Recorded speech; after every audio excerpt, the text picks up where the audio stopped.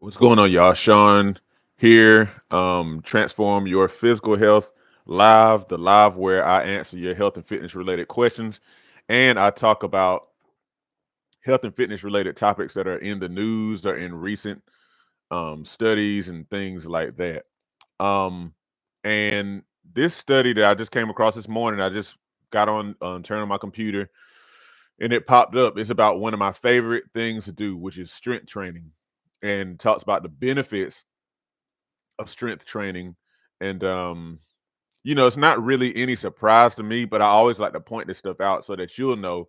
And it just kind of like helps to reinforce how important certain things are for like your long-term health, and not just your health and even your longevity as well. So typically when we think about exercise, the first thing that most of us think about is cardio, running, walking. And that really for years has been like the standard. Okay, well, I need to get in shape. I need to go running. I need to go jogging. If I'm not doing that, then I'm not really exercising. And those things have their place for sure. That stuff is important. Matter of fact, I need to go run today. Today is not like a long distance run today for me. It's a day where I do like short sprints with full recovery in between, and I do that over and over and over and over and over again. So I'll do that later on, probably close to lunchtime. But anyhow, and that actually is somewhat cardio, but it also, well, I digress. Anyhow, um, one of the things that still lingers as far as like a mindset about fitness is that cardio is maybe better than strength training, but you're starting to see a lot of people start to say the opposite, or at least that they're on the same plane. Because you got to think about it this way: what we call cardiovascular exercise. Of course, cardiovascular has to do with the system, like the system that includes your heart and the blood vessels, the arteries and veins that transport life-giving blood all throughout your body, help make sure that you're oxygenated and that nutrients are, going all around your body. And so what happens is when you engage in quote cardio, your heart, um, you know, speeds up, and of course your vessels are also pumping as well. They have valves and stuff in them. And so what happens is it pushes blood through the system a little more because your body is needing to get more oxygen to your various tissues, muscles, etc., more quickly. And so you kind of like, speeding the system up with your heart and even your lungs too, is making it, that whole process increases your fitness because you kind of increase the demand on the system.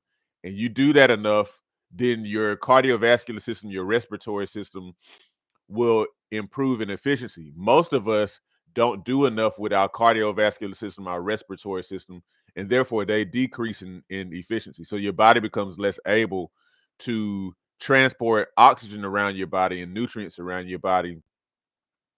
And when you're sedentary, even though your heart is pumping all the time, your heart will start to decrease in efficiency. It'll start to get weaker, okay, because it's never being kind of like pushed. And so there's a value in kind of pushing your system um regularly, kind of beyond this normal baseline that we have whenever we're sedentary. And that's where your fitness comes from. Your body will actually adapt to whatever it is that you do over time. So it'll adapt to you being sedentary by decreasing in efficiency and ability and all that kind of stuff. But whenever you are active, an active person, especially when you're frequently active, then your system will respond by adapting to be more flexible. That your heart and your lungs have more capacity. They can kind of go up and go down with ease and all that kind of stuff. Now, strength training, a lot of times we just think of it as just building muscle, or just getting stronger and whatnot, which in and of themselves, those are actually very, very good things. Building muscle is important because muscle is a very valuable tissue. And then getting stronger is important. It helps you to be able longer, as you age, because you do get weaker as you age. In part because, just because of the fact that you're not really lifting anything, you'll get weaker. But then you also get weaker because when you do nothing with your muscles, then you experience sarcopenia, which is a loss of muscle tissue as you get older. All that said, to go to this study right here, um, and the study suggesting that people who um, people who engage in strength training of a certain amount of time experience many years of less biological aging. So biological aging has to do with, so your DNA has these little things on the ends of it called telomeres, and telomeres get shorter as you age, and the length of your telomeres apparently is associated with your aging, like how fast you age, like your cells and all that kind of stuff. So, and I quote from the study, and I'll link to the study so you can look at it yourself. It said adults who strength trained regularly had significantly longer telomeres, and I believe this is longer than people who didn't strength train regularly, and therefore less biological aging than adults who did not strength train, right? Even after taking into account many factors, including their age, sex, race, income, household size, smoking, body size, and participation in physical activities other than strength training. Interesting. That last part is very interesting. So, specifically, strength training, even taking into account other physical exercise or age, sex, etc., strength training had its own benefits as far as like preserving telomere length, apart from all those other factors taken into account. Now, let me get more specific. Listen to this quote. So they had this sample of people who were in this study, and this is what I got from the study says in this national sample, 90 minutes per week of strength training was associated with 3.9 years less biological aging on average. So people in this study who did at least 90 minutes of strength training, I don't think the study well, it maybe did talk about if it was like 90 minutes once a week or 30 minutes 3 times a week or 45 minutes twice a week. It just said 90 minutes per week of strength training was associated with almost 4 years less biological aging. Okay. That is significant. Just strength training, lifting weights, doing calisthenics, doing body weight exercise, different things like that, associated with almost 4 years less biological aging. And then the study goes on to say, I didn't get a quote for this, but the study goes on to say the people who doubled that amount of strength training, so instead of 90 minutes per week of strength training, they went to 180. They were able to experience almost 8 years less excuse me, less biological aging. That is really cool. And again, this is independent of all those other factors and other types of exercise and stuff like that. So why is it that exercise in the form of strength training can help to reduce the aging process that significantly? So from the study, this is why they say that is. The benefits of resistance training related to biological aging and overall health include reversing muscle loss, so that's one thing, increasing your resting metabolic rate. So metabolic rate has to do with the rate at which your body uses energy.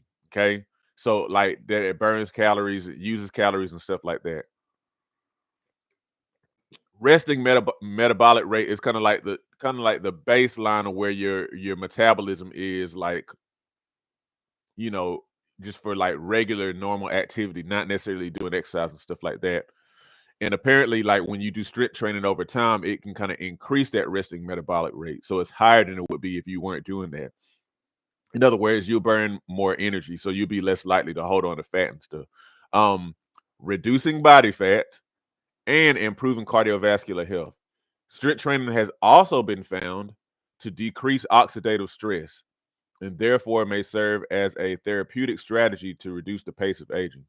So oxidative stress, so that has to do with, so just by virtue of us living and our bodies having all these processes that go on in the background, think about a car that has exhaust coming out the back out of the muffler.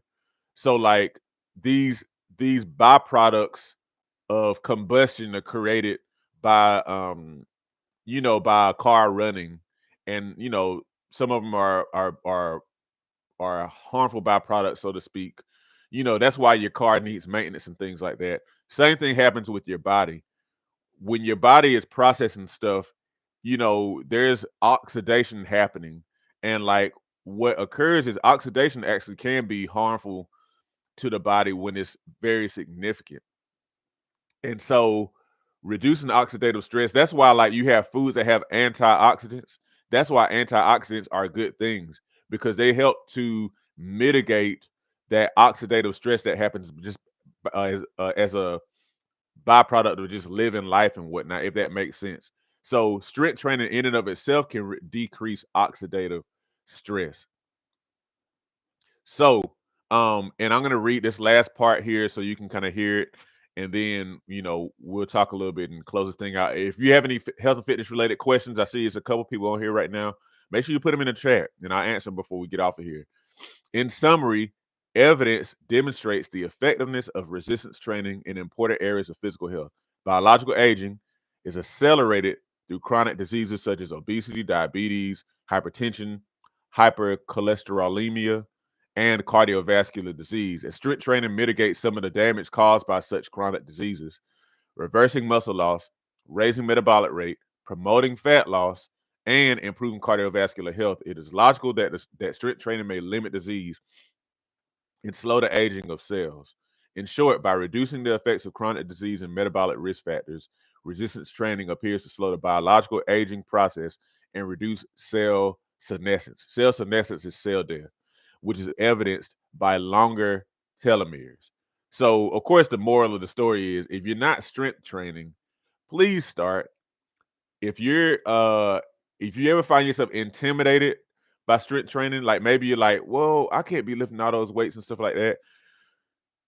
There, I promise you, like, just because you see a muscle head doing a whole lot of stuff, one, it doesn't mean that that's how you have to do, and two, you have to understand they didn't start where they are. So let me put it this way. So I do calisthenics. I like lifting weights too, but I chose to focus on calisthenics, meaning push-ups, pull-ups, chin-ups, dips, variations of those moves, different ab work that requires body weight only or minimal equipment, like just a bar or something. Because I found that they're very good at increasing your muscle mass and strength in a very functional way. And I enjoy doing them. I like being able to move my body and do these things because when I was younger, like especially upper body strength, I had none. My lower body was kind of strong, but upper body just terrible strength. But lifting weights or calisthenics, you just start where you are. You can go, and that's another reason I personally like calisthenics because if you don't have a gym membership, then it doesn't matter. You can just do that stuff at home. Or the gym if you wanted to. But the point I want to make is start where you are. I've mentioned okay, yeah, and I will, Veronica. All right, so I will say when I started doing calisthenics exclusively, what I did was I just kind of like, of course I just started where I was weak. And so I did whatever kind of pull-ups I could do. I did whatever kind of chin-ups I can do. I'm talking about when I was doing chin-ups, like my range of motion was very narrow. So other people probably would have been frowning at me and being like, man, that dude no, he ain't doing no real chin-ups. But I worked with the range of motion I was able to work with, and I decided not to think about what other people were saying about me or what I thought in my head they might be saying about me. And then my range of motion increased over time, and now I got to where I can do a lot of chin ups, push ups, et cetera, et cetera.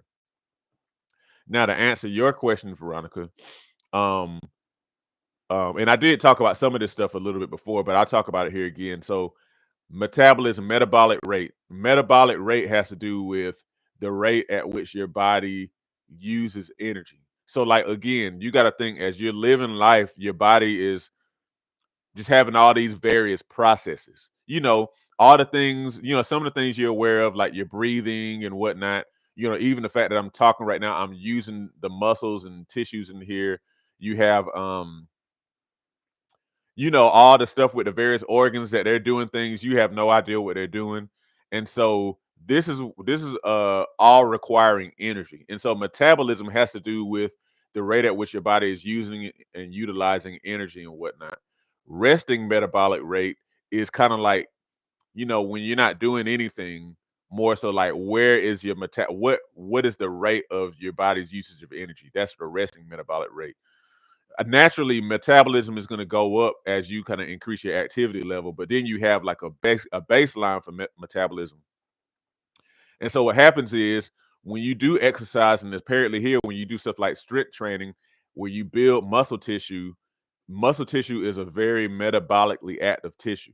And so what happens is the more muscle you have, even when you're resting, your body's going to use more energy. Okay, it's going to be kind of using. It's going to need more energy because it's maintaining that muscle mass. That's why when you gain muscle, it is you're not going to gain as much fat. It's going to be harder to gain fat tissue because your body is naturally kind of using more energy. If that makes sense.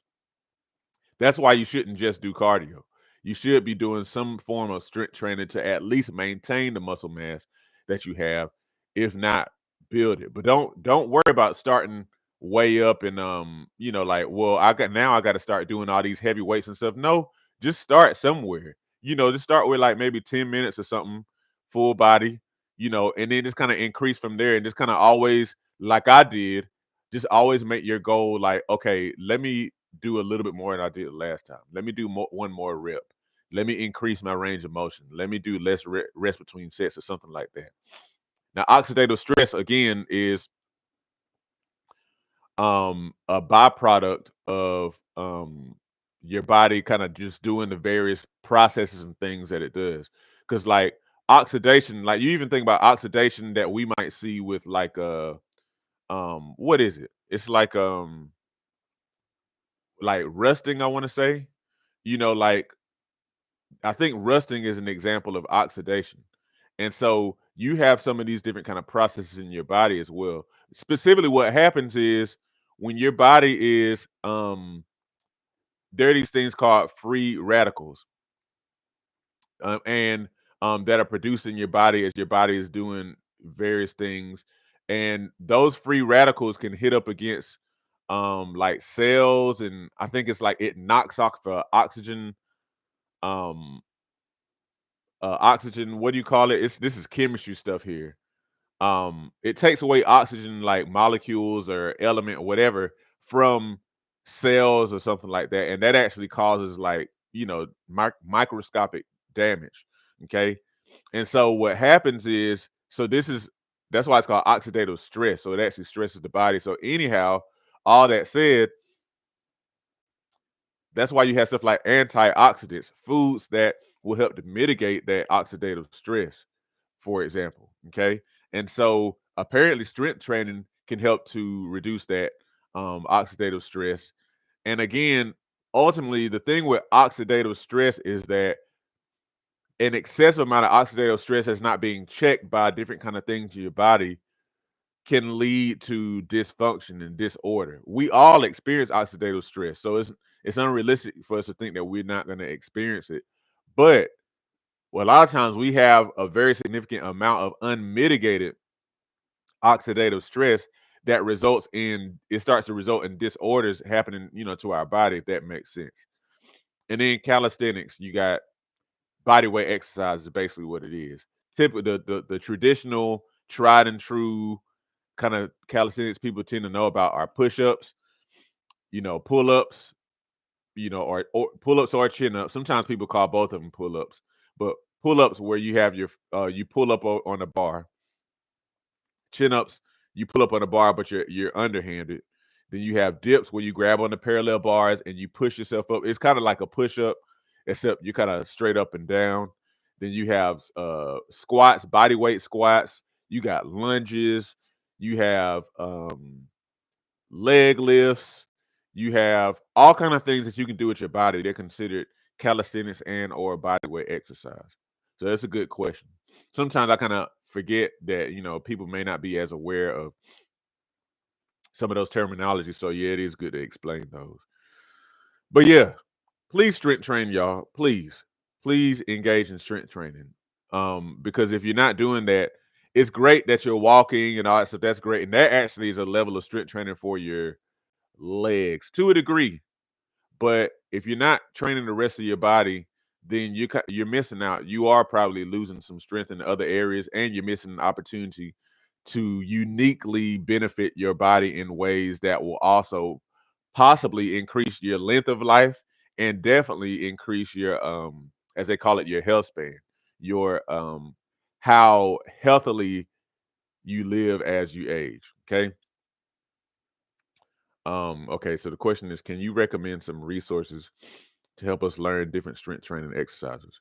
Okay, so I'll say, I do have some videos on my YouTube channel here. If you'll look, I think I have a playlist called tutorials where I go through various strength training um calisthenics exercises. So that's a resource. I also have a series of mini workouts that are body weight exercise uh routines that are like 15 minutes or less that you can do in your own home. And so it takes you through a whole workout that works. Every workout is working your full body in 15 or less minutes. Then there are other resources. I like exrx.net. I'll put that in the let me see. Um so check out my tutorials playlist. And then check out my sorry, give me a second, y'all.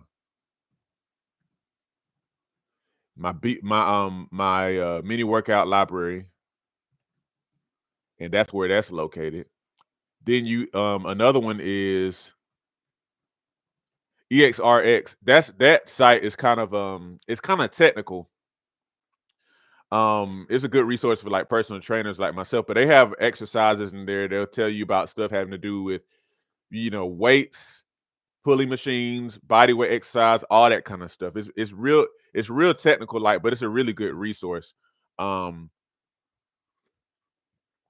let me think of other. I even have workouts on my channel too. Like if you look at my workouts playlist, hold on, playlist.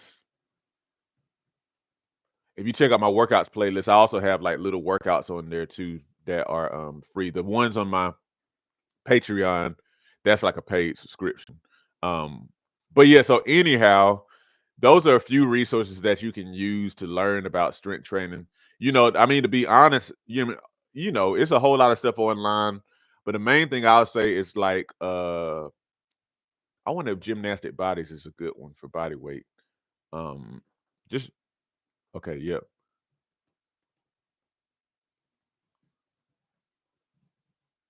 I think it's gymnasticbodies.com. It's a dude who's like a current or former gymnastic coach, and it kind of shows you some of the different things that gymnasts do, and of course their body weight strength is just off the charts. But anyway, those are a few resources that I've liked over the years that kind of help to guide you through strength training and stuff like that. um and even sometimes you can go to what I think is military.com. As you guys know, the military, like when you go into the military, Army, Navy, Air Force, Marines, they do a lot of calisthenics. They build up a lot of strength through calisthenics. And I think military.com is like a paramilitary resource, and they kind of talk about a lot of those kind of things too. So that may even be a resource. So yeah, good questions. Good question. No problem for sharing the links. All right, y'all. So good stuff. Good stuff. I'm gonna go ahead and let y'all go because I do have some other work to do. But I plan on being on again 10 o'clock tomorrow morning. If you have health and fitness questions, ask me. Because this is stuff that I've loved to research and to kind of like be a quote practitioner of for like most of my life. And so I'm glad to share what I know and possibly help you to, as I always say, take responsibility for your health. Like, here's the shirt. My doctor's not responsible for my health. I am. I'm the one. No matter what, yeah, go to the doctor and all this kind of stuff. But when it comes to eating, all that kind of stuff, that's you. It's not the doctor. They're not gonna tie you up and force feed you or, um, put you on a treadmill and chain you on there and you gotta run, they're not gonna do that. They can't do that. They better not do that. All right, y'all. Have a great day and thanks again for participating and tuning in.